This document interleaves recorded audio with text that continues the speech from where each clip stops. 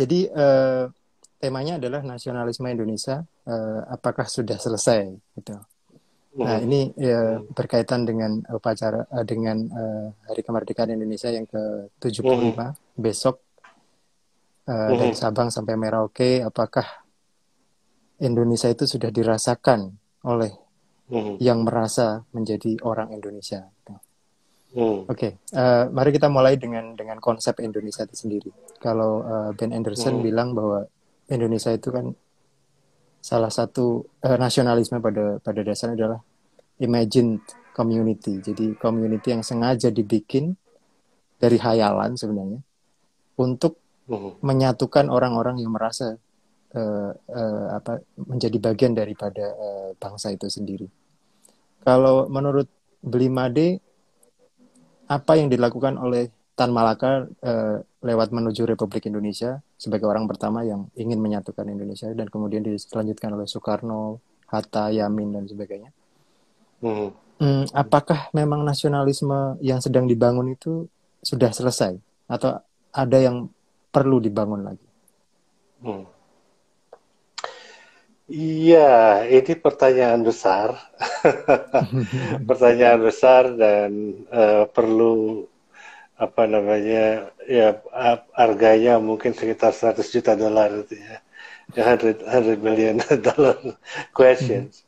Karena sulit sekali dan memang yang namanya nasionalisme itu sebenarnya fenomena baru. Itu terjadi pada akhir abad ke-19, mau tidak mau kita akuin, dan orang yang paling pertama kali melihat itu adalah René Renan, seorang ilmuwan Prancis, ilmuwan sosial, dan kemudian dia melihat ini kok ada gejala yang aneh, dan menurut Renan itu sebenarnya ya nasionalisme itu adalah satu cara orang untuk membenci orang lain gitu.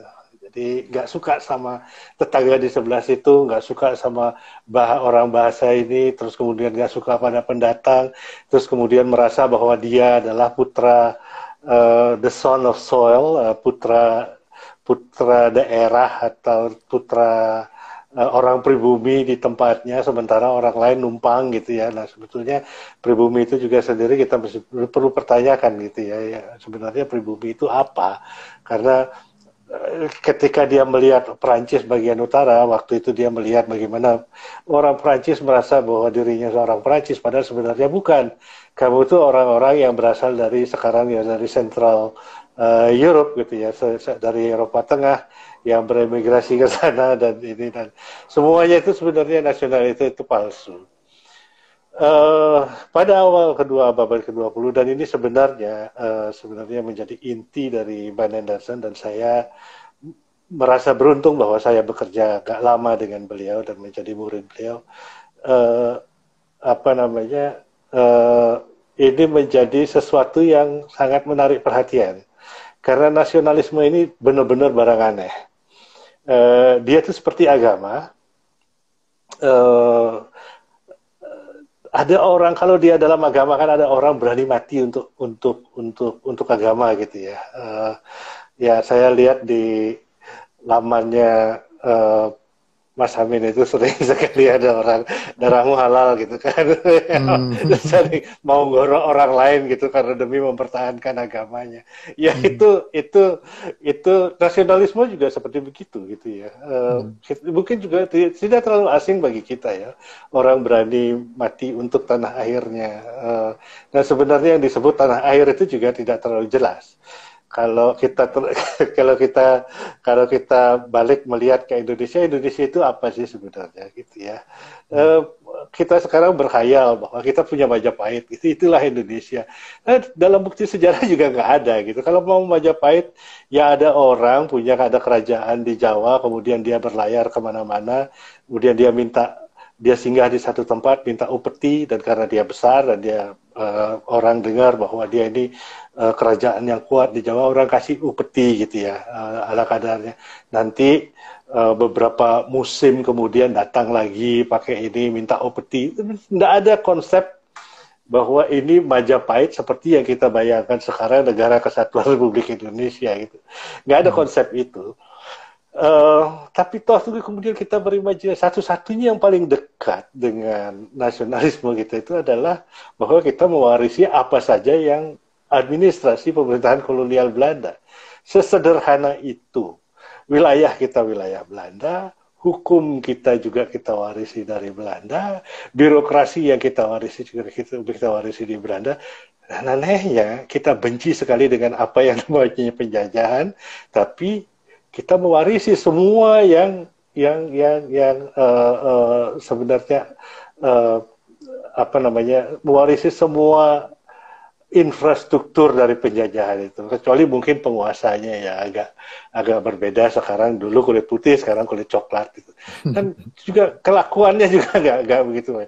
Tapi anehnya kita mau mati untuk ini gitu ya. Nah, itu band selalu apa namanya terpesona dengan hal-hal seperti ini, sehingga dia keluar dengan konsep imagine communities yang sebenarnya agak berbeda dengan konsepnya Renan. Ya, kalau Renan kan mengatakan ya nasionalisme nation state itu adalah perwujudan orang untuk membenci orang lain gitu ya, membenci bahkan juga, apa namanya pokoknya menyingkirkan nasional yang bukan masuk di dalam identitas dia gitu, karena nasionalisme juga identitas. Nah, tapi Ben melihat lain bahwa ini sebenarnya tidak berasal dari kebencian, tapi justru dari imajinasi.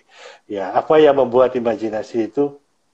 Dia mengatakan, nah kalau secara teoretik itu adalah print capitalism, karena ada apa kapitalisme media cetak. Ya, seperti koran, seperti novel itu, dan memang kalau kita, nah ini kalau Anda mencintai Pramudia, orang Indonesia selalu mengatakan dia kalau sastrawan terbesar Indonesia adalah Pramudia Ngantur. Karyanya apa? Bumi Manusia. Saya maklum lah kalau Bumi Manusia Anda cuma membaca Bumi Manusia karena apa? Karena romantik. Ada orang cakep di situ karena, tapi sebenarnya lebih daripada itu, saya tidak terlalu kagum dengan Pram tahun-tahun apa namanya tahun-tahun 80-an. Saya lebih kagum pada Pram sebagai seorang student pelajar sejarah. Dia ada satu buku dia yang namanya Tempo Dulu, yang memuat tentang sastra-sastra permulaan Indonesia tahun-tahun 1920-an dan itu, nah ini lagi anehnya nasionalisme itu. Kita bicara lagi Indonesia gitu ya. Sastra-sastra itu, kapitalisme media cetak, pertama itu dibikin oleh orang-orang Tionghoa. Ya, koran-koran itu ya memakai bahasa Melayu, pertama itu orang Tionghoa. Terus kemudian pengarang-pengarang itu orang Tionghoa yang memakai bahasa Melayu dan menyebarkannya menjadi sebuah bahasa intelektual. Nah ini bahasa yang dipakai dalam oleh golongan terdidik yang bisa baca tulis itu adalah bahasa Melayu, dan yang mempopulerkan, walaupun yang menyebarkan bahasa Melayu itu adalah pedagang-pedagang, tapi yang mempopulerkan dan kunci dari nasionalisme ini adalah baca tulis karena kapitalisme media cetak, itu adalah orang-orang Tionghoa. Ya, diakui atau tidak itu adalah orang-orang Tionghoa. Kalau Anda baca Tempo Dulunya Pram, terus kemudian Anda baca bukunya Claudine Salmon, orang-orang Tionghoa ini membuat koran, membuat novel, membuat percetakan, menyediakan ini. Motifnya apa? Motifnya melulu keuntungan. Nah, dari novel dan dari dari surat kabar ini, orang punya kemampuan untuk membayangkan. Jadi nasionalisme itu pada awalnya itu terbentuk dari sesuatu yang sangat-sangat intelek. Kemampuan orang untuk membayangkan bahwa oh itu ada di sini, oh itu ada ada orang Makassar, ada orang Bugis, oh ada Manado, ada Aceh di situ dan ini. Dan kemudian karena kemampuan membayangkan itu, terus kemudian orang merasa oh mungkin ini saya senasib, dan kemudian mulai menseleksi mana yang kita, mana yang mereka, mana yang kami, mana yang mereka, seperti begitu. Dan kemampuan seperti ini membayangkan bahwa itu kemudian belum menjadi gerakan politik.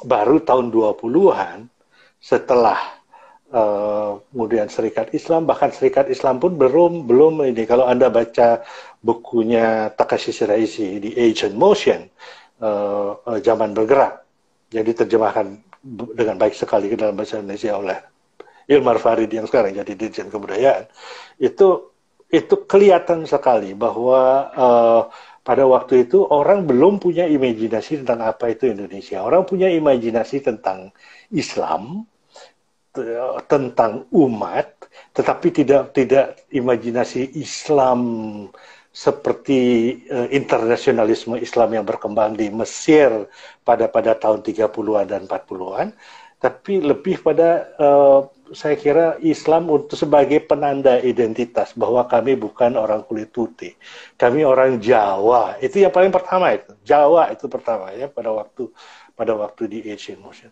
Baru pada tahun 1920-an ketika Serikat Islam pecah, kemudian ada partai baru lahir. Saya beberapa hari yang lalu itu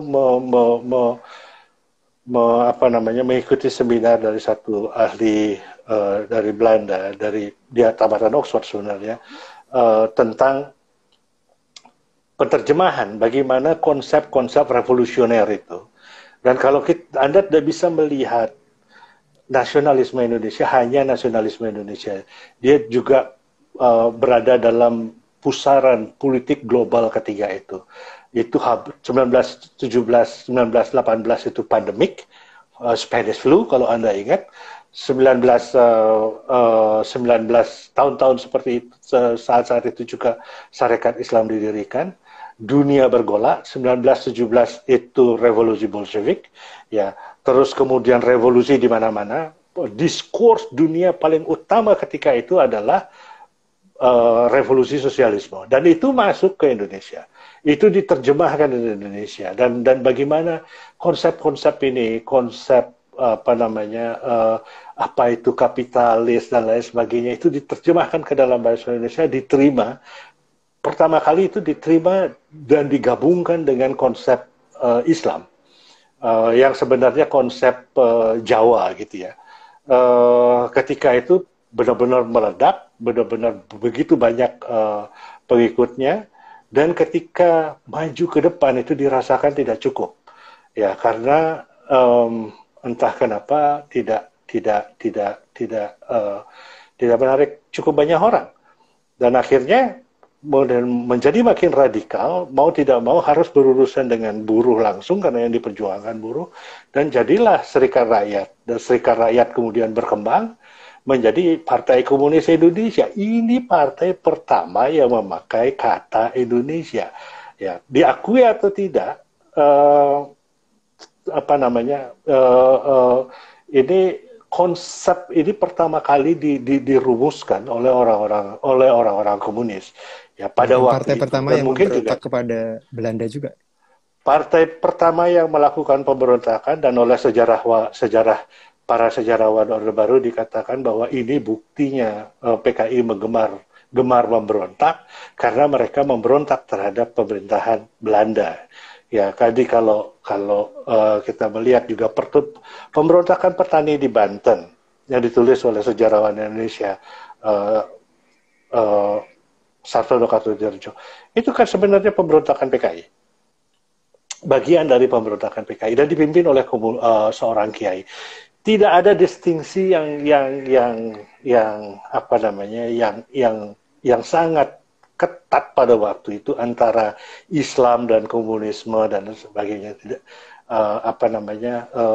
kalau kita pelajari dari sejarah bangsa kita ya, karena memang pada waktu itu mereka merasa bahwa oke, kita harus bebas, dan terutama yang menjadi keluhan itu kalau di kalangan petani pada waktu itu adalah jam kerja dan juga kerja rodi, ya, artinya dalam 1 tahun itu Anda harus sekitar 30 sampai 40 hari itu jadi requirement bahwa Anda harus bekerja untuk penguasa lokal khususnya, tapi penguasa lokal itu memperbaiki jalan, dan itu tuh Anda dikerjakan, terus kemudian pajak.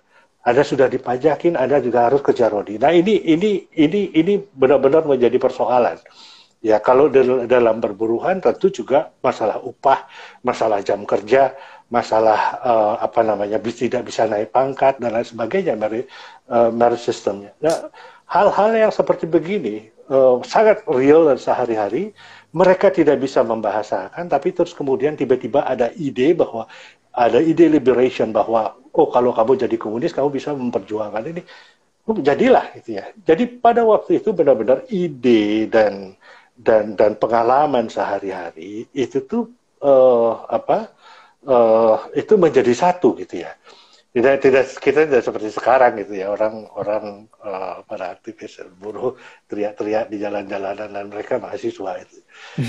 Sorry to say, nggak ada, mereka nggak mengalami apa-apa gitu. Beda banget dengan tahun-tahun 20-an gitu ya. Nah, imajinasi tentang Indonesia itu kemudian lahir dari hal-hal seperti begini.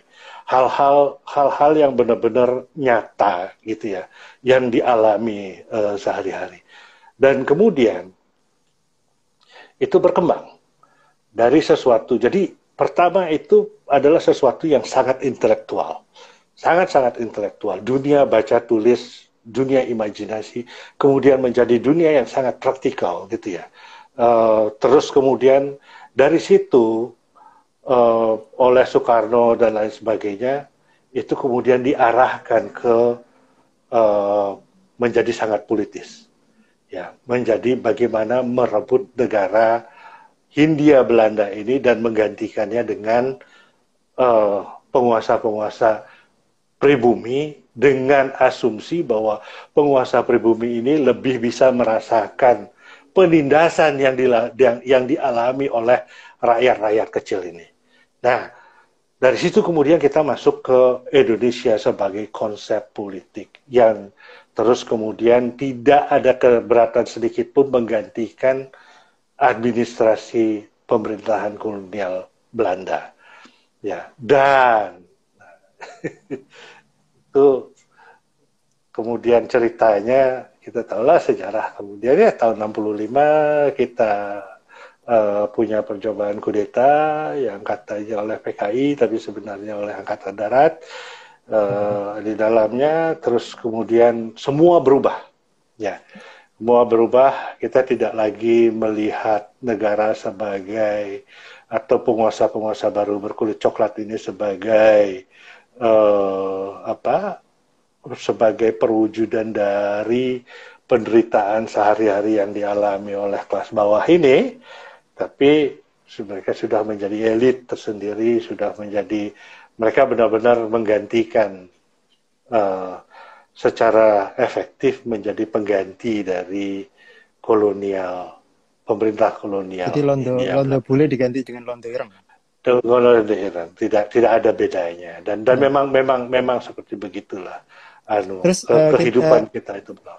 Gini Bi, jadi ini kan tadi Bli menjelaskan secara sejarah bagaimana Imagine Community ini kemudian membentuk Indonesia. Tapi kan juga kelihatan bahwa Imagine Community ini berdasarkan pengalaman bersama kan. Jadi penderitaan bersama sebagai seorang yang dijajah. Gitu. Dan kemudian saat ini pun sebenarnya mau nggak mau harus kita akui bahwa kita masih cukup dijajah oleh oligark yang sekarang ada di Indonesia atau oleh untuk beberapa daerah misalnya Papua oleh militer misalnya. Nah, menjadi Indonesia di tengah oligarki ekonomi dan kemudian oligarki militer yang merasuk seperti di Papua, itu apakah bisa, Bli? Apakah sebenarnya konsep Negara Kesatuan Republik Indonesia yang kita punya saat ini, apakah masih bisa dipakai? Apakah mungkin konsep yang lebih cocok itu konsep federasi kan? Iya, dalam hal ini saya ingat dengan orang Indonesia yang paling, menurut saya pemimpin yang paling visioner, pemimpin yang paling punya wawasan ke depan itu Muhammad Hatta. Orang paling rasional di antara semua revolusioner itu adalah Muhammad Hatta. Ya, dia pernah bertanya apakah apa apakah Indonesia ini adalah persatuan atau persatuan? Ya, apakah kita tidak pernah dipakai konsep negara kesatuan. Kalau kesatuan itu kan lain kan.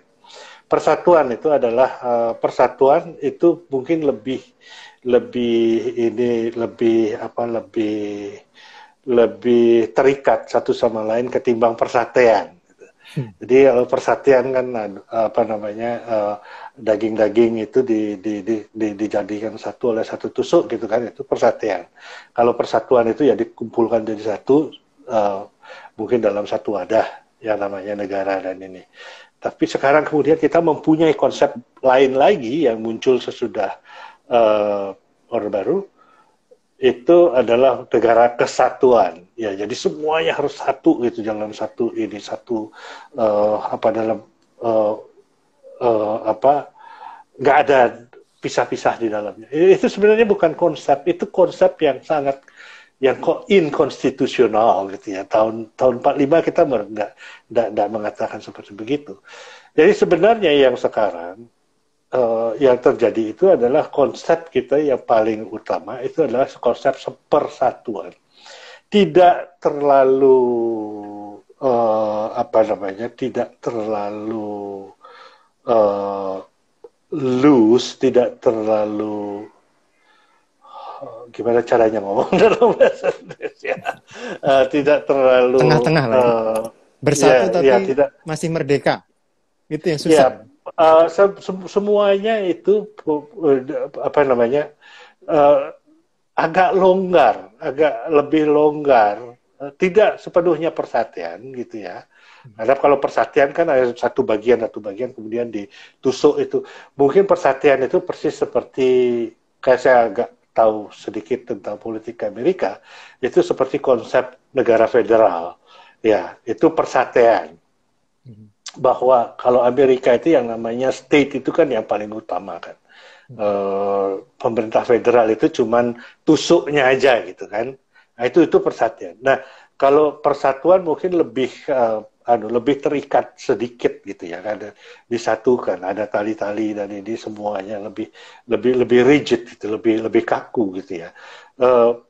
Tetapi juga setiap elemen di dalamnya itu juga punya kemerdekaan tersendiri untuk mengembangkan dirinya gitu. Dan saya kira itu juga konsep yang bagus ya. Apa namanya? Dan ini kita selalu berpikir tentang desentralisasi, ya, memberikan kekuasaan lebih kepada pemerintah daerah. Hanya dengan cara demikian mengembangkan setiap orang lebih punya kemampuan untuk setiap daerah apa namanya mengembangkan kemampuan sesuai dengan kebudayaan yang dia miliki, terus kemudian mengembangkan diri sesuai dengan apa yang mereka mau gitu ya. Kalau tidak cocok makan nasi, dia tidak harus makan nasi gitu. Nah semua kalau kita pakai culinary nationalism ya, dalam konsep persatuan itu sebenarnya Anda boleh makan nasi, Anda boleh tidak makan nasi, dan tidak makan nasi tidak membuat Anda menjadi lebih rendah daripada orang yang makan nasi gitu ya. Nah, seperti itulah saya kira yang ini. Nah, apakah kita berhasil sampai ke sana? Nah, ini yang menjadi pertanyaan besar kita. Karena terus kemudian konsep persatuan itu adalah konsep politik. Ya, itu dibikin dan di-arrange atau didesain sebagai satu gerak politik gitu ya, supaya kita bisa maju bersama gitu ya. Bagaimana orang merasa berada di dalam satu entitas, tapi merasa cukup merdeka di dalamnya, merasa cukup bisa mengembangkan diri di dalamnya. Dan ini agak sulit dicapai karena terus kemudian kalau kita mengembangkan konsep ini, orang harus punya kekayaan sendiri ya kan, orang harus bisa mampu mengenerate income sendiri, kemudian orang harus mampu bertanggung jawab terhadap apa yang dia lakukan sendiri.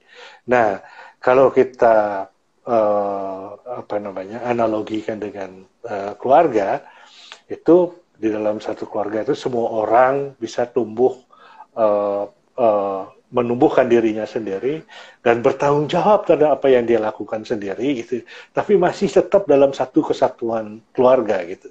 Nah, cuman masalahnya terus kemudian kita tidak memakai konsep itu, terus kemudian kita pakai konsep bahwa yang menyatukan kita adalah militer, birokrasi, dan dalam Orde Baru kan politik Golkar ya.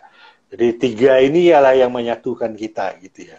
Nah ini terus kemudian konsep Orde Baru runtuh, ini ketiga-tiga ini pengaruhnya hilang. Terus yang masuk kemudian adalah konsep negara kesatuan itu. Ya, di situ anunya. Dan apa konsekuensinya ini? Ya, gimana, Bu? Gimana? Konsekuensinya gimana? Ya konsekuensinya ya jelas bahwa terus kemudian orang tidak lagi punya imagine, gitu ya. Tidak ada lagi imagine sebagai sebuah communities, gitu ya. Orang tidak lagi merasa bahwa kalau saya tanya sekarang Anda orang Jawa, apakah Anda merasa bersaudara dengan orang Aceh? Ya mungkin ya gitu ya, tapi tidak sekuat pada tahun-tahun 45 umpamanya. Ya, apalagi kalau ditanyakan. Tadi ada hal menarik yang Blimade bilang bahwa Muhammad Hatta itu orang yang paling rasional di zaman itu. Nah, ini berkaitan dengan masalah yang ada sekarang, misalnya banyak yang mendukung khilafah misalnya di Indonesia. Ini Muhammad Hatta yang dianggap sebagai salah satu pendiri bangsa, founding father kita yang paling beragama saja, yang paling Islami. Itu adalah orang yang mengusulkan dihapuskannya syariat Islam dari sila pertama. Nah, menurut Blimade, kenapa pendiri-pendiri bangsa kita itu sudah sedemikian majunya pola pikir mereka, walaupun mereka beragama, tapi mereka sekuler, mereka tahu bahwa negara dan agama itu harus dipisahkan. Tetapi pemimpin-pemimpin setelahnya justru mulai melirik-lirik agama ini sebagai alat untuk berkuasa. Ada missing link di sini. Menurut Blimade, missing linknya itu di mana? Gimana? Saya tidak terlalu nangkep. Jadi gini, kalau Muhammad Hatta itu kan sebagai salah seorang yang dianggap paling beragama di antara founding fathers ya. Dia yang mengusulkan dihapuskannya syariat Islam dari sila pertama. Nah, kemudian kita move forward ke generasi-generasi pemimpin setelahnya. Justru mereka malah ada yang mulai melirik-lirik ke Islam, misalnya Soeharto di masa terakhirnya berkuasa, terus kemudian sekarang pemimpin-pemimpin berlomba-lomba untuk seolah-olah menjadi Islami. Ini ada missing link gitu antara founding fathers yang sudah sebegitu pintarnya dan kemudian pemimpin-pemimpin saat ini yang mundur sebegitu jauhnya gitu. Jadi menurut Blimade itu missing linknya di mana?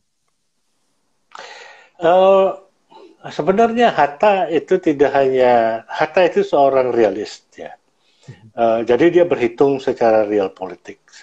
Kalau seandainya kewajiban untuk menjalankan syariat Islam itu dilakukan, tapi ketika itu kan kemudian ada protes, ya. Mr. Ngatuhar Hari dan lain sebagainya, wah kami nggak bisa terima ini. Kalau ini dilakukan, kami di Indonesia Timur itu tidak akan bisa hidup. Kita bisa aja. Ya.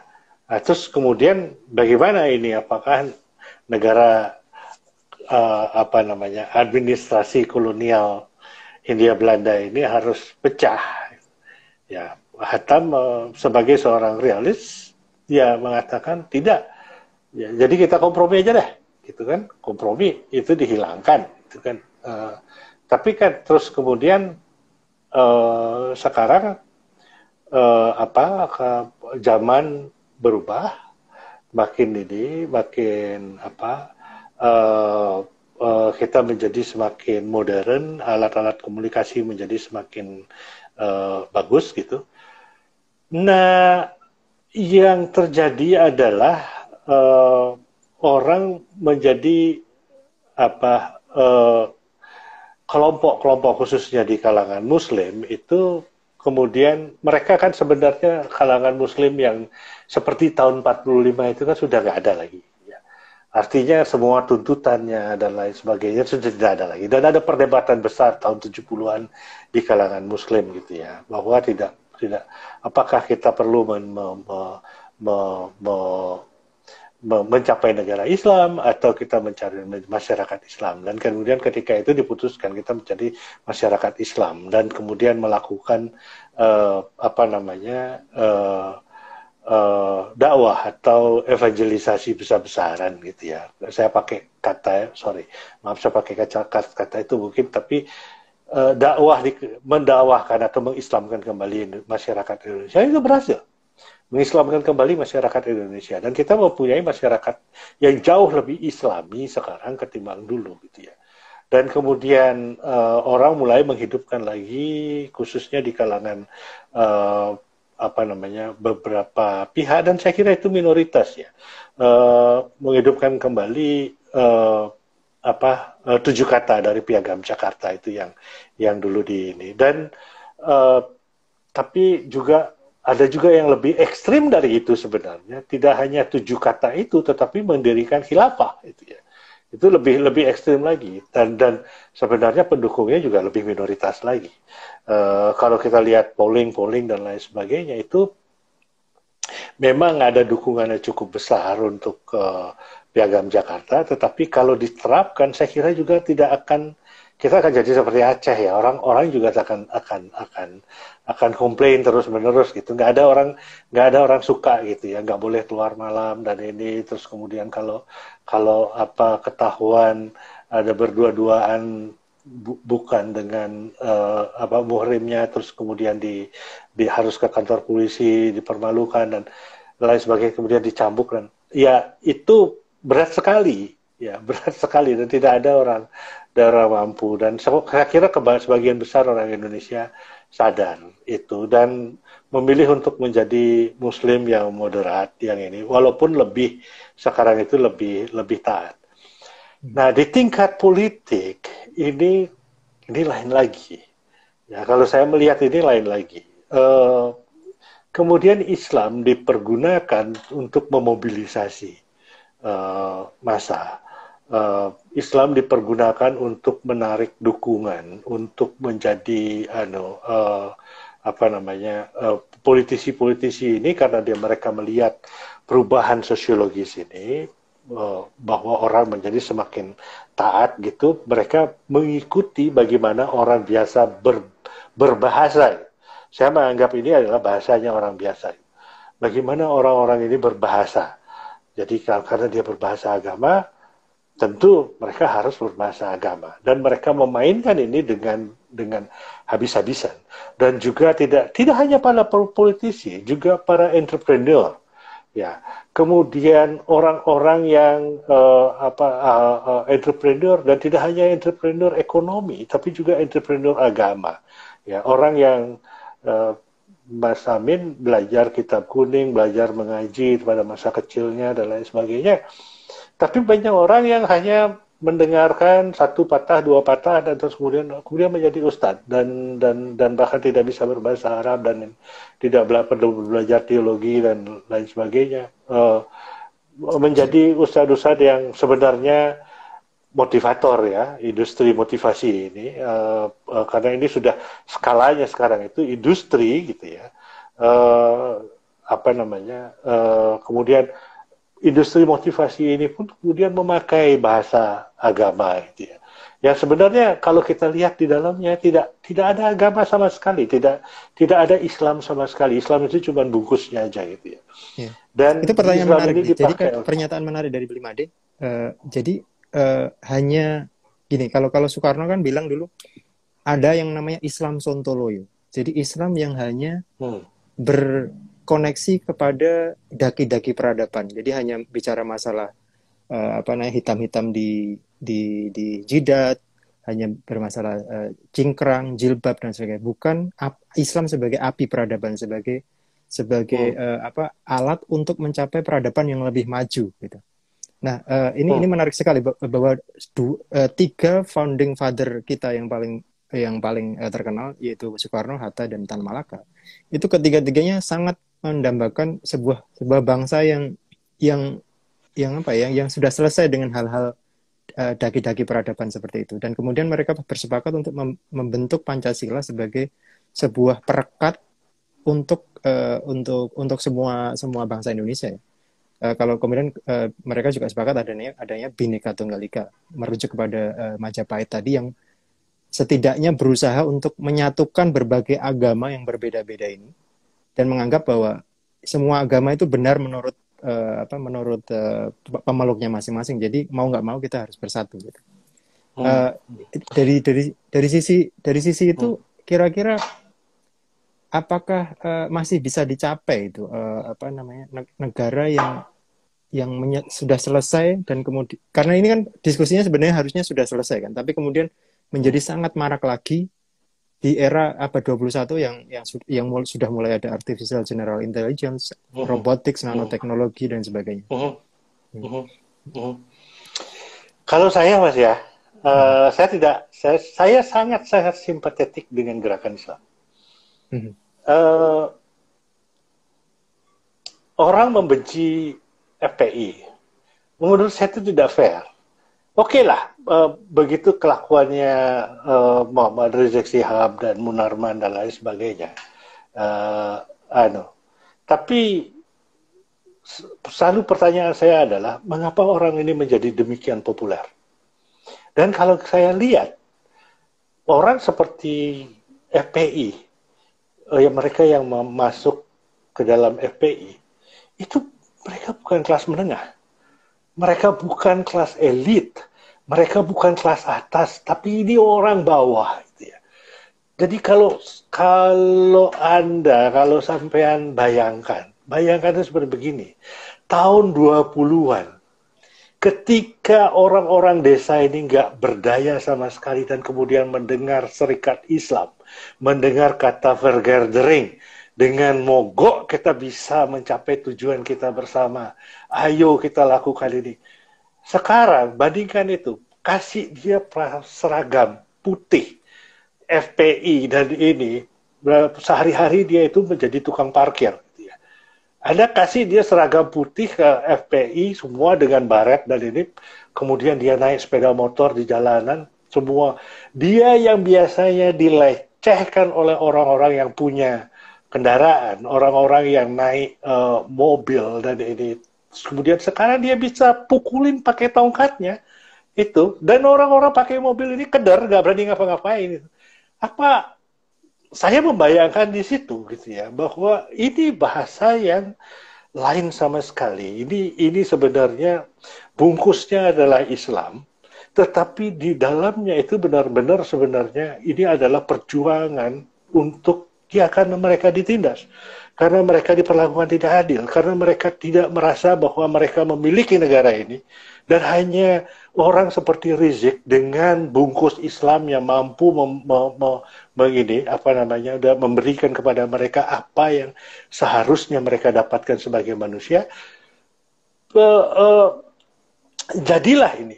Dan saya kira orang-orang pemimpin-pemimpin bangsa pada awalnya itu sadar persis soal ini, ya, sadar persis soal ini, terutama ketika pada masa revolusi, bahwa ini loh, angkat senjata, pertahankan ini sampai titik darah penghabisan, karena ini harapan kamu, karena kamu akan, begitu kita merdeka, kamu akan diperlakukan sebagai manusia lagi, ya. Dan sesudah itu ternyata sampai tahun-tahun 60-an, kita itu orang-orang ini terus-menerus minta itu. Perlakukan kami sebagai manusia.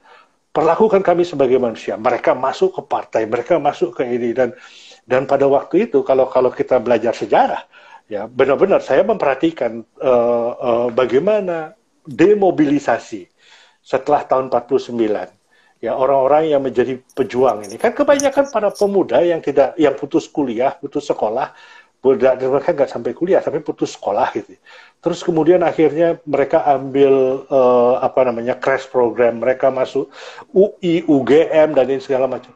Dan ini mereka menjadi guru-guru, mereka balik ke ini, dan semangat revolusinya masih. Dan siapa yang masih revolusioner pada waktu itu adalah partai-partai kiri, ya, partai-partai kiri, dan mereka melawan orang-orang, mereka negara. karena diwariskan dengan sistem negara kolonial, itu masih mewarisi birokrasi yang lama. Ya, jadi orang-orang apa namanya para priai, aristokrat dan lain sebagainya masih mengurusi negara ini. Ya, ketika dia sudah merdeka, ya, bahkan di dalam tentara sendiri ada ketegangan yang sangat besar sehingga kita jangan disangka pemberontakan Darul Islam itu lahir dari ruang vakum. Enggak, sama sekali. Itu lahir karena pemberontakan karena tentara kita itu dimasuki oleh orang-orang kenil. Ya, mereka yang merasa berjuang itu terus kemudian karena tidak memenuhi syarat pendidikan, tidak memenuhi syarat kesehatan, padahal mereka mengangkat senjata melawan Belanda, mereka disingkirkan. Ya. Nah, terus kemudian mereka jadi apa? Mereka jadi kiri, beneran mereka menjadi kiri. Dan tahun 65, dan sebagian besar dari mereka itu banyak sekali yang masuk menjadi guru. Tahun 65, orang-orang inilah yang dibunuh. Orang-orang inilah yang dihabisi, yang dihanguskan. Dan yang orang-orang konservatif kanan inilah yang dinaikkan. Dan sekarang ide seperti itu dengan bahasa lain muncul lagi. Ide bahwa saya orang Indonesia, saya harus diperlakukan. Saya tidak punya apa-apa, tapi saya berhak hidup di negeri ini. Saya harus diperlakukan. Imajinasi saya adalah Indonesia yang setara, Indonesia yang mampu menghargai rakyatnya. Itu nggak ada.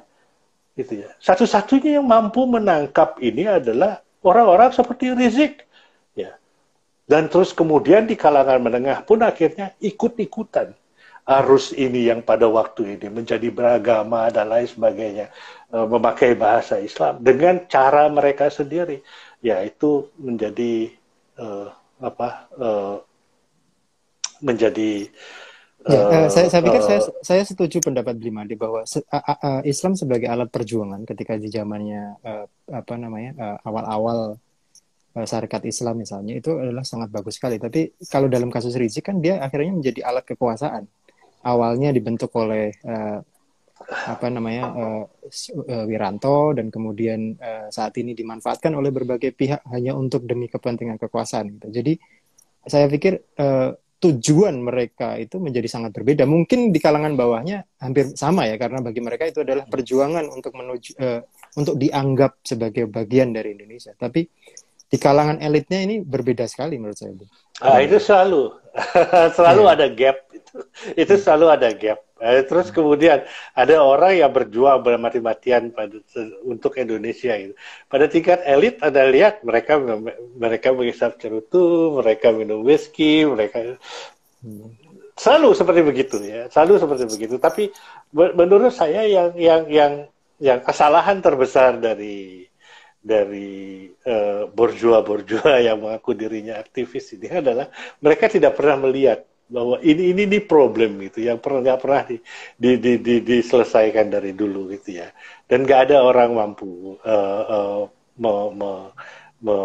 dulu ada eksperimen dengan PRD tapi terus kemudian kolaps karena memang juga basis mentalnya tidak di sana gitu ya. Sebagai orang yang mengamati ya saya cuma bisa berkomentar itu aja. Selalu ada gap antara elit dan massa itu selalu. Ya. Terus gini, ini kita membandingkan nasionalisme antar negara ya. Jadi kalau kita lihat Uni Eropa yang sekarang mulai bersatu walaupun agak cengkeran dikit sekarang, terus kemudian United States of America, bergabungan dari states-nya di Amerika, dan kemudian kita lihat Cina gitu-gitu. Sebenarnya kalau kita melihat sejarah bangsa-bangsa ini adalah tidak terlalu penting bentuknya seperti apa, mau persatuan kek, mau federasi kek, tapi harus ada pemimpin-pemimpin yang visioner, yang meletakkan dasar bangsa untuk menjadi maju. Gitu. Nah, Indonesia ini sebenarnya tidak punya pemimpin-pemimpin seperti itu, yang visioner, yang tahu tantangan abad ini itu apa dan negara kita harus bagaimana gitu. Kalau kita lihat misalnya setidaknya kalau Amerika walaupun kadang-kadang pemimpinnya nggak benar, dia masih punya Silicon Valley yang saat ini tahu harus dikemanakan peradaban ini. Ada yang mau upload nyawa lah, ada yang mau bikin nano universal assembler yang bisa bikin semua barang dari nol. Ada yang ribut dengan genetic engineering, jadi bisa meregenerasi, membuat semua makhluk di bumi ini sesuai dengan keinginan misalnya. Nah, ini yang tidak dipunyai Indonesia gitu. Di Cina pemimpinnya juga udah mulai gila-gilaan dengan renewable energy, di Jerman juga seperti itu. Jadi dari bukti yang sudah ada ini sebenarnya bentuk negaranya sendiri sebenarnya tidak terlalu penting, tapi visinya itu yang jauh lebih penting. Nah, menurut Blimade, gimana menyadarkan elit-elit Indonesia dan juga rakyatnya ini bahwa keributan-keributan yang ada sekarang, baik itu pecahnya Papua yang sudah 500.000 orang mati sejak tahun 63 gitu, atau ributnya di Aceh dengan kewajiban jilbabnya dan kemudian kanunnya, atau ya keributan di Jakarta tentang khilafah dan sebagainya. Ini sebenarnya nggak penting sama sekali karena peradaban ke depan ini akan jauh meninggalkan yang seperti itu gitu. Bahkan Harari pernah bilang bahwa tahun 2200 yang namanya agama itu akan musnah semuanya. Mungkin diganti dengan agama yang baru, atau dan juga nasionalisme ini tahun 2050 mungkin udah akan selesai gitu, karena manusia ketika sudah upload nyawa di cloud, dia sudah tidak butuh lagi batas negara, batas state dan sebagainya gitu. Jadi menurut Blimade, bagaimana visi ini dimengerti oleh elit politik dan juga oleh rakyatnya? Soal nasionalisme saya kira dan juga negara ya, sampai kapanpun juga masih tetap akan laku sepanjang orang membutuhkan identitas. Ya, itu pertama. Mungkin identitasnya akan berubah gitu ya, tapi itu tetap akan jadi persoalan karena seperti yang kata-kata banyak juga soal agama gitu ya. Karena agama kan tidak melulu, bahkan spiritualitas itu hanya sebagian kecil dari agama. Tapi agama itu lebih pada identitas, lebih pada membuat eksklusivisme di kalangan manusia. Itu fenomena sosiologis tentang groupings lah, ya, punya identitas. Kemudian soal visi, apapun juga bentuknya, tetap ya menurut saya tetap bentuk negara itu penting, ya. Karena negara ini kan sebenarnya, kalau kita berbicara tentang negara, kita juga bicara tentang struktur, kita berbicara tentang satu cara untuk paling efisien untuk mencapai tujuan, gitu ya. Jadi kalaupun umpamanya kita punya tujuan, Indonesia bisa sekali menjadi negara yang sangat maju dalam teknologi, gitu ya, seperti Silicon Valley, gitu ya, bisa sekali. Tetapi apakah Silicon Valley-nya Indonesia itu bisa dinikmati oleh 270 juta orang? Nah, itu masalahnya. Nah, itu masalahnya. Selalu yang menjadi masalah adalah not how you grow your wealth, bahkan bagaimana caranya Anda membangun kesejahteraan atau kemakmuran, but how to distribute it. Bagaimana mendistribusikannya. Itu sebenarnya tujuan dari negara, diadakan dari negara.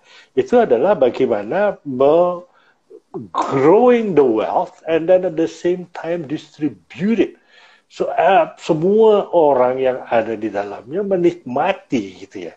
Itu sebenarnya inti dari nasionalisme itu di situ, gitu ya. Semua orang menikmati apa yang menjadi kemajuan dari bangsa ini, karena semua orang bekerja di dalamnya, ikut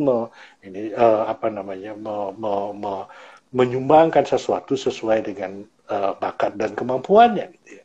Dan mereka berhak untuk menerima itu walaupun dalam bagian paling minimum, gitu ya, supaya mereka bisa hidup, supaya mereka bisa berkembang, mereka punya kesempatan untuk maju kembali ke depan. Nah, itu kalau kita berpikir dengan cara seperti begitu, maka kita tidak semata-mata untuk sekarang melihat bahwa ini adalah usaha untuk visi untuk, kalau saya sih lebih, visi saya sih sebenarnya lebih mengembangkan, membangun kemakmuran dan mendistribusikannya.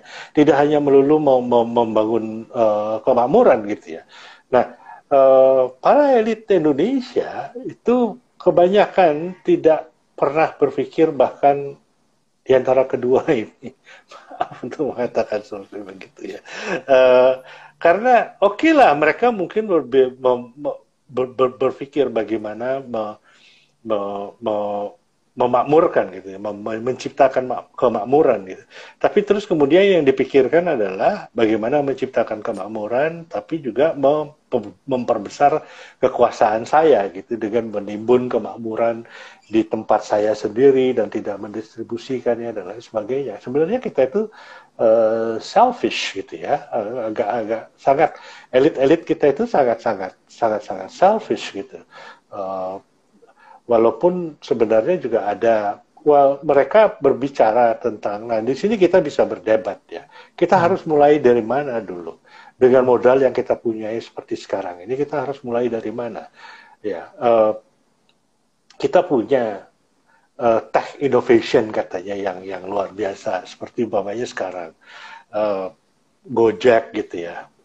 Kalau Anda ke Jakarta, ini salah satu inovasi teknologi yang menyempurnakan, memotong begitu banyak rantai ekonomi gitu ya, sehingga menghubungkan konsumen dan produsen jauh lebih efisien dibanding dulu. Tetapi kalau kita lihat secara ekonomi dan terus kemudian kita lihat, loh, ini sebenarnya tidak lebih dari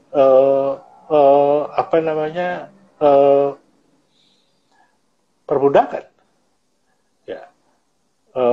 Sorry to say, karena ya konsep awalnya adalah sharing ekonomi. Yang di-share itu adalah apa yang saya punya, dan ini dan itu tidak membuat saya berhak untuk mendapatkan, tidak entitled untuk mendapatkan perlindungan sebagai tenaga kerja, karena saya bukan tenaga kerja, saya hanya kontraktor, gitu ya. Dan Gojek mendapatkan 20% dari semua transaksi itu, jelas lebih efisien, memutus rantai ekonomi, tapi juga sekaligus memutus begitu banyak orang yang dulu berpartisipasi dalam rantai ini gitu ya. Nah, ini mau dikemanakan?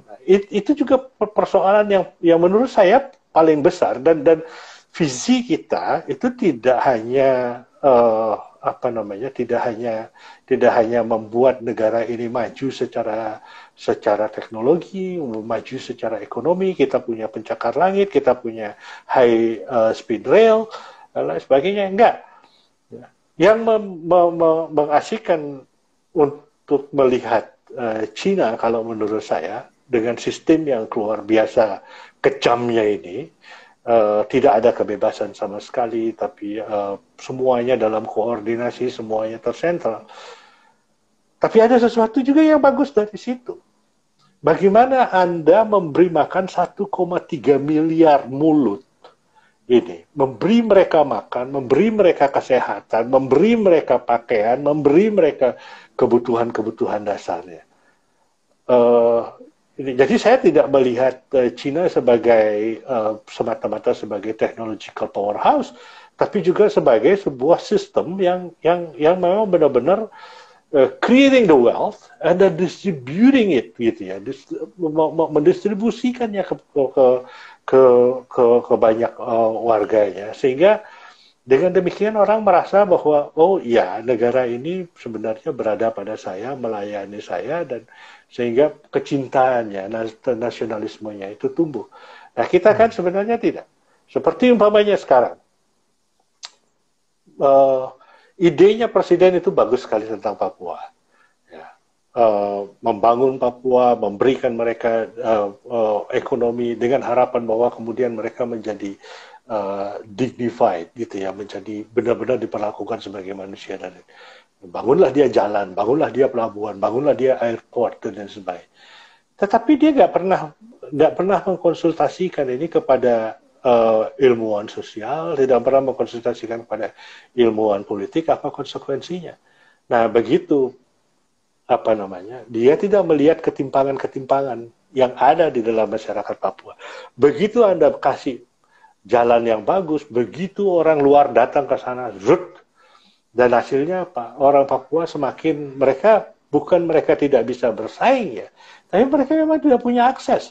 Kalau umpamanya sekarang perbankan umpamanya ya, kalau Anda ke Papua, kalau Anda orang yang kulit coklat kayak saya gitu, pinjam kredit dan lain sebagainya, orang bank itu masih percaya. Karena apa? Karena di dalam bank, sistem orang bank ini rasismenya tertanam dalam sekali gitu. Oh, ini pasti akan mampu melunasi kredit, kasih kredit. Kalau orang Papua datang, no, kamu nggak akan mampu, ya, kamu nggak akan mampu membayar kredit, nggak mampu.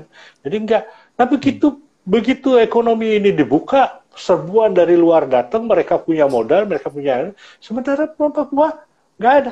Ini dia mengatakan, saya selalu dituduh bahwa saya pro Papua Merdeka. Enggak, saya nggak pro Papua Merdeka. Saya pro Papua supaya mereka bisa menyuarakan, aspirasinya, apa yang mereka mau, itu aja. Ya, jujur aja. Kalau mau ada, jadi, kalau ada referendum, mereka punya hak itu, karena konstitusi kita juga mengatakan bahwa kemerdekaan adalah hak segala bangsa. Kenapa orang Papua tidak boleh? Ya kan? Hak sendiri. Ya, berhubung waktunya tinggal 1 menit, ini kayaknya yang sangat penting dari Blimade tadi adalah bagaimana menciptakan kesejahteraan dan kemudian membagikannya. Itu berlaku bagi semua bangsa, bangsa Aceh, bangsa Papua, dan kalau kita mau menjadi satu bangsa Indonesia ya untuk seluruh bangsa Indonesia. Saya kira itu menjadi yang sangat penting. Terima kasih Blimade atas waktunya, terima kasih kawan-kawan atas kehadirannya. Ini nanti akan diupload di YouTube dan akan ada diskusi-diskusi lanjutan dengan Blimade yang sangat menarik ini, dari seorang yang sudah malang melintang cukup lama di dunia aktivisme Indonesia. Terima kasih dan semoga semua makhluk berbahagia. Terima kasih banyak.